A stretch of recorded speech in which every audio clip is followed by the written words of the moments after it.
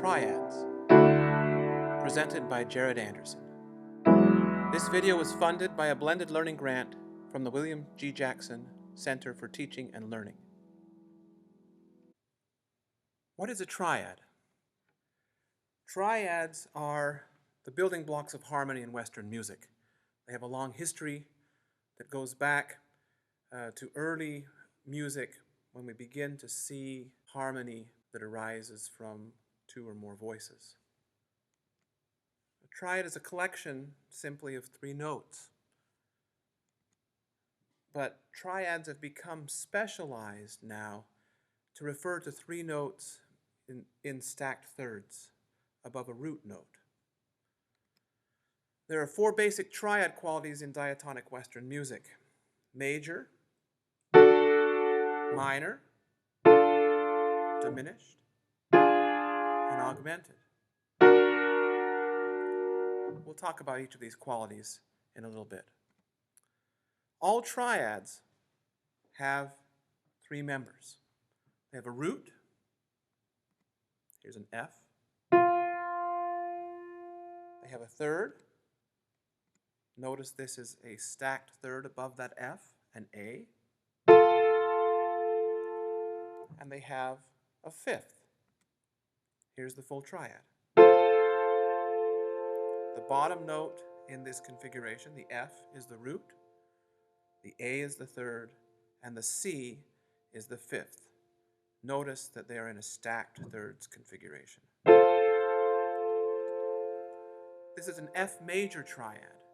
It's named after the root of the chord. The quality of triad is dependent on the quality of the third and the fifth above the root. By now you have been introduced to intervals and their qualities. If you don't know these terms in relation to intervals, I recommend that you take a look at the video module that refers to intervals and their qualities. Here's an example of a major triad. We have an F, an A, and a C. The F, the bottom note in the stacked thirds configuration. And up from this F, we have a perfect fifth, which is the top note, up to the C. And we have a major third up from the F, which is an A. When you combine these elements, you have a major triad. Here's a minor triad. We also have up from the root a perfect fifth, just like in the major triad. But now, instead of a major third, we have a minor third. Listen to the sound.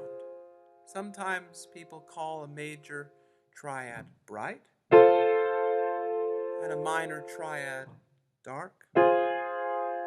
Sometimes they say happy and sad.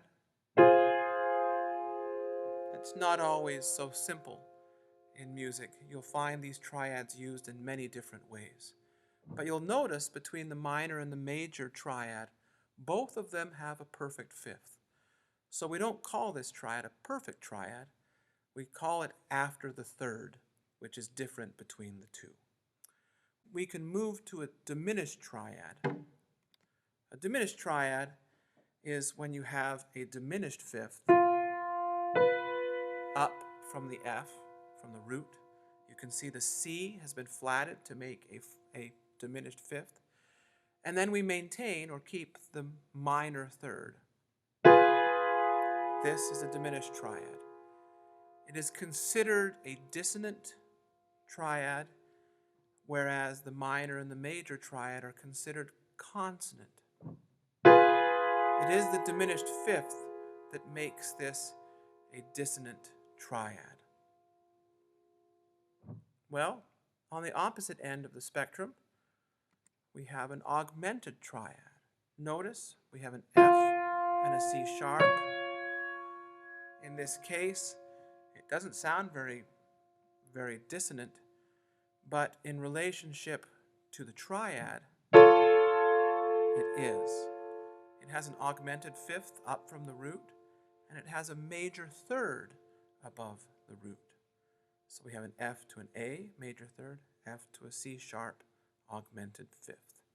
Listen to these qualities. I'll start with the major triad. There's the F major triad.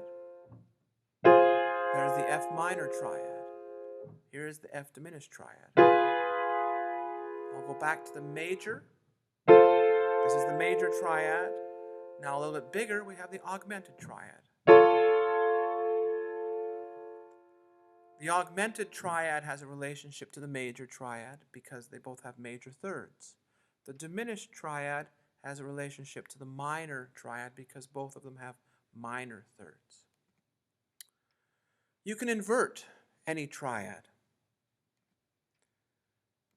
A triad is inverted by placing the third of the chord or the fifth of the chord as the lowest note that sounds in the chord. The lowest note in the chord is called the bass note. The bass is not necessarily the root of the chord. Here's an example of a root position triad.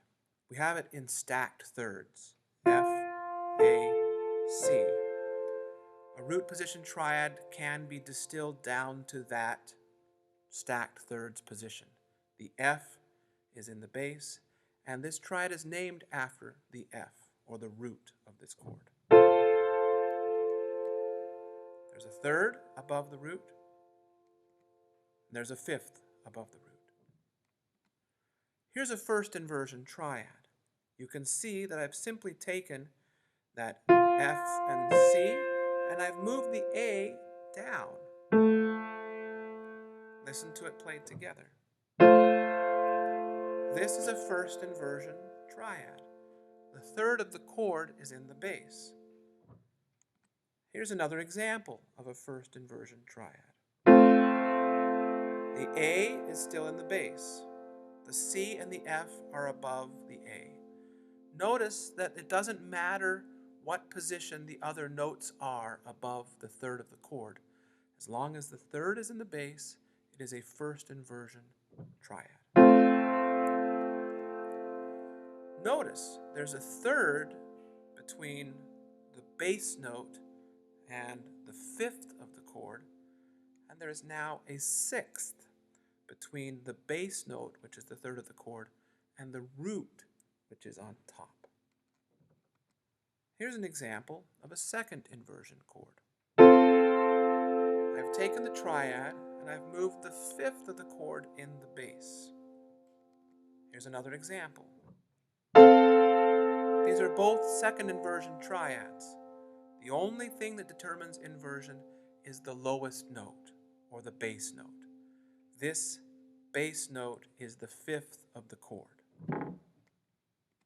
Notice there's a fourth from the bass note, which is the fifth, up to what is the root, the F. And there is a sixth when we go from the bass note, or the fifth of the chord, up to the third of the chord.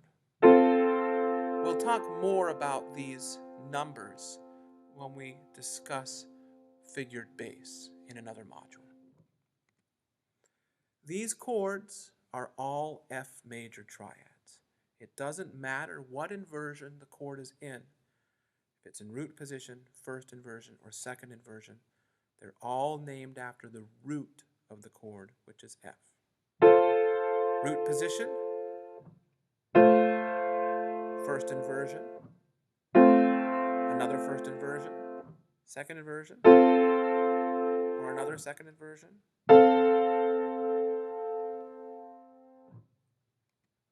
You can have triads in four voices. It's common to have four voices, soprano, alto, tenor, bass, in a hymn or chorale. This is an example of a Bach chorale entitled Aus meines Herzen Grund. And you can see that there is a soprano line, which is the top line in the treble clef. There's an alto line with all the notes that have stems down on the treble staff. On the bass staff, you'll see the top notes are the tenor line, the stems are up, and the bass has stems down. Well, If we have four voices, what happens to the triad? When we have a triad in four voices, there's simply a doubling of one of the four tones. Let's listen to the first two phrases as marked by the fermatas of this chorale.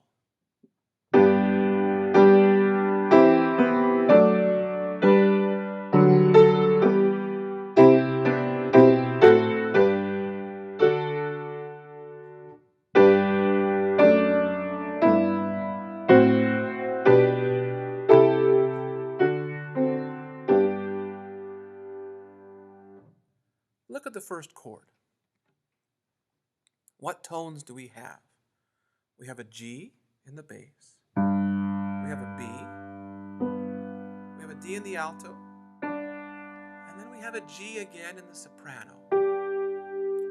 This is a G major triad. I can put it into a stack of thirds.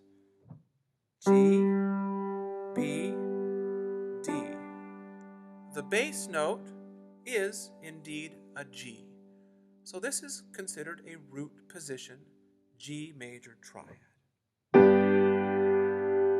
You can hear it has a kind of open spacing because of the space between the bass and the tenor. But between the tenor and the soprano, we have a close voicing. Let's take a look at another triad. This triad that's circled in red is a D major triad. Notice the D is not in the bass. We have an F sharp in the bass. We have an A, we have a D, we have a D. If I was to place this with these notes as close as possible in stacked thirds, the stacked thirds configuration would give me a D major triad with the D in the bass. D, F sharp, A. Well, because the D is not in the bass, the F sharp is in the bass, this is considered a D major triad in first inversion. I'll play it for you in root position. I just changed the voicing between the alto and the bass to give the alto the F sharp and the bass the D. This is a root position chord. Now, listen to the original inverted chord as we see in the Bach chorale.